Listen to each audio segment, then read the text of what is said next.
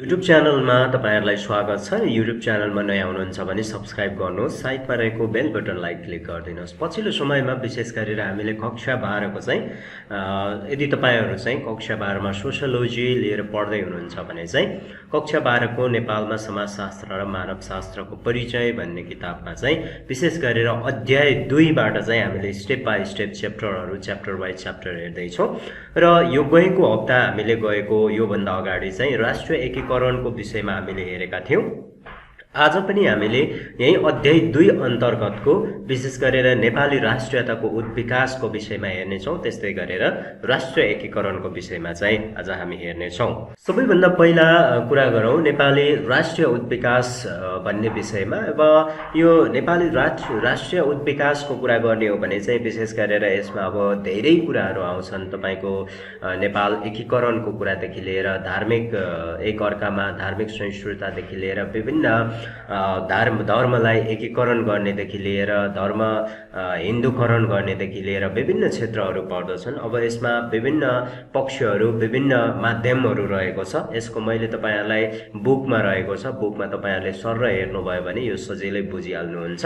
र नेपाली समाजको विकासको आधारलाई चाहिँ तरिकाबाट हामीले अघि बढेको चाहिँ देख्न सकिन्छ। जुन नेपाली राष्ट्रियताको उत्विकासको अवस्था छ त्यो चाहिँ चारवटा पार्टको रूपमा चाहिँ विकास भएको हामीले देख्न सकिन्छ। मैले अघि फर्स्टमा पनि भनेको थिए पहिलो नेपाली राष्ट्रियताको उत्विकासको पहिलो चरण भनेको एकीकरणको प्रक्रिया थियो। जुन नेपाल 2224 राज्य थियो त्यो 2224 राज्यबाट चाहिँ एउटै राज्य बनाउने काम चाहिँ जो पृथ्वीनारायण शाहले गरेका थिए त्यसको ती कामबाट चाहिँ नेपालको राष्ट्रियताको उत्विकास भएको चाहिँ हामीले हेर्न सक्छौं।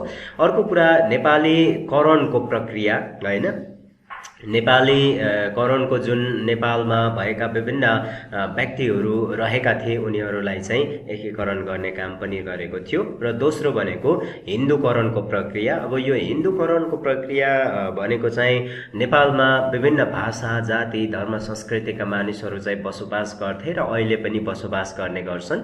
तर पछिल्लो समयमा चाहिँ जब यो पृथ्वीनारायण शाहले चाहिँ एक हिसाबले हिन्दूकरण गर्ने प्रक्रियामा चाहिँ विभिन्न भाषा भाषी जात जाति धर्म संस्कृति भएका व्यक्तिहरूको विभिन्न जात जातिहरूको चाहिँ आफ्नो धर्म संस्कृतिहरू हराएको अवस्था पनि देख्न सकिन्छ।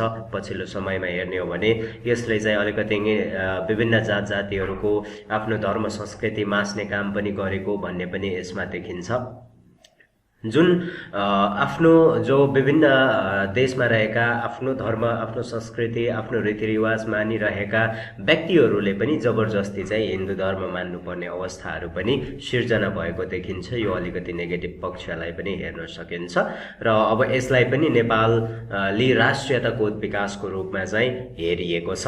अर्को रहेको छ प्रजातान्त्रिकरण हैन। प्रजातान्त्रिकरणको कुरा जुन चाहिँ अब नेपालमा पहिला विभिन्न राणा शासन थिए, राणा शासनपछि पञ्चायत, पञ्चायतपछि राजाकाल, राजाकाल हुँदै हुँदै नेपालमा चाहिँ अहिले प्रजातन्त्र चलिरहेको छ। 2046 सालपछि चाहिँ विशेष गरेर हामीले 2007 सालको राणा शासनको अन्त्य त्यस्तै गरेर 2046 साल यस्तै 62-63 गर्दै विभिन्न प्रक्रियाहरूमा चाहिँ नेपालमा यसरी चारवटा प्रक्रियामा चाहिँ विशेष राष्ट्रियताको उत्विकास भएको हामीले देख्न सक्छौं। अब यो थुप्रै विषयहरू छ, यो भित्र तपाईले बुकमा गएर पनि सर्र हेर्न सक्नुहुन्छ। तर सर्टमा तपाईले सजिलैसँग बुझ्न सक्ने किसिमले मैले भनेको छु विशेष नेपाली समाजको उत्विकासको आधारलाई हेर्ने हो भने चाहिँ यो चारवटा कुरा हामीले समेट्न सक्यो भने सजिलै लेख्न सकिन्छ।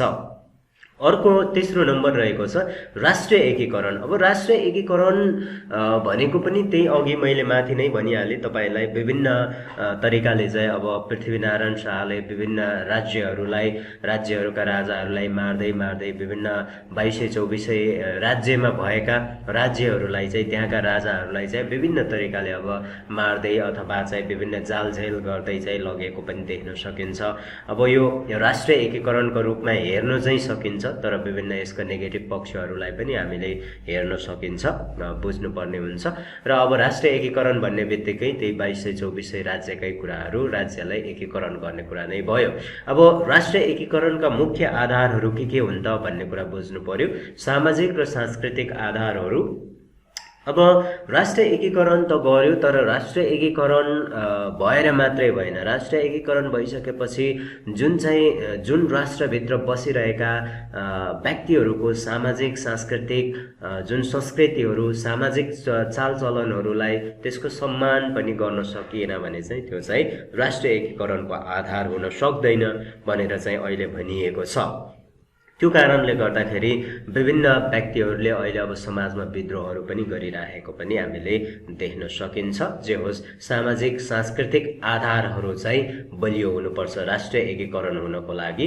दोस्रो भनेको राजनीतिक तथा प्रशासनिक आधारहरू।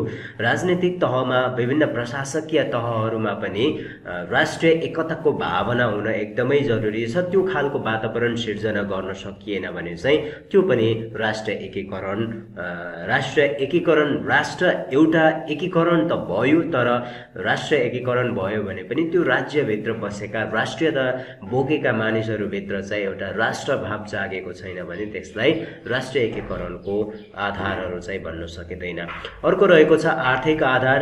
यो राष्ट्रभित्र बसिसकेपछि त्यो देशका मानिसहरूले आफ्ना आर्थिक आम्दानीहरू, आर्थिक रूपमा उनीहरू सम्पन्न, सबल, होइन, आर्थिक रूपमा उनीहरूलाई चाहिँ एक हिसाबले सजिलोसँग आफ्नो आर्थिक वृद्धिका कुराहरूलाई पनि ध्यान दिन सकिएन भने त्यो पनि एउटा राष्ट्रिय एकीकरणको आधार भन्न सकिँदैन। त्यसैले चाहिँ राष्ट्रिय एकीकरणका आधार हुनको लागि सामाजिक सांस्कृतिक सद्भाव हुनु पर्यो, राजनीतिक प्रशासनिक तहहरूमा हरेक व्यक्तिको पहुँचहरू हुनु पर्यो, आर्थिक सबै समाजमा बस्ने सबै व्यक्तिहरूको चाहिँ आर्थिक रूपमा सुदृढ हुँदै जानु पर्यो, आर्थिक रूपमा सबल हुँदै जानुपर्ने हुन्छ। अर्को प्रादेशिक आधार भनेको छ। प्रादेशिक आधार को लागि कुनै एउटा निश्चित समूह, कुनै एउटा निश्चित एरिया हुनुपर्दछ। त्यो भित्रका व्यक्तिहरूलाई चाहिँ, त्यो भित्र रहेका व्यक्तिहरूको राष्ट्रप्रतिको भावनाहरू चाहिँ हुनुपर्ने हुन्छ, अनि मात्रै राष्ट्रिय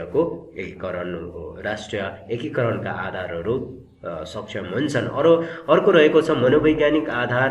अब राष्ट्रिय एकीकरण भयो, देश एकतामा भए, देश एउटै भए तापनि त्यो भित्र बसोबास गर्ने व्यक्तिहरूको मनमा चाहिँ राष्ट्रप्रति कुनै भाव छैन, होइन। उनीहरू खुम्चिराखेका छन्, उनीहरूलाई राज्यका विभिन्न तहले दबाइराखेको छ, होइन। विभिन्न क्षेत्रमा उनीहरू पिछडिएका छन् भने जसले पनि राष्ट्रप्रतिको भाव चाहिँ जगाउन सक्दैन भने त्यो पनि एउटा राष्ट्रिय एकीकरणको आधार चाहिँ हामीले मान्न सक्दैनौँ। त्यो कारणले गर्दाखेरि राष्ट्रिय एकीकरणका आधारहरू के हुन् त भनेर तपाईँलाई सोध्यो भने यी 5वटा टपिक्सहरू तपाईँले लेख्न सक्नुहुन्छ। अब त्यसमा धार्मिक सांस्कृतिक आधारहरू पनि आउँछन्, विभिन्न अन्य आधारहरू पनि छन्। त्यसमा पनि अब तपाईँले बुकमा पनि छ, तपाईँले हेर्न सक्नुहुन्छ। यो चाहिँ मैले तपाईँलाई सर्टमा तपाईँहरूलाई यो सारांशको रूपमा भने र तपाईँहरूलाई अब यो क्वेसन सोध्न सक्छ राष्ट्रिय एकीकरणका आधारहरू के हुन् भनेर तपाईँलाई सोध्यो भने तपाईँले यिनै कुराहरू लेख्न सक्नुहुन्छ।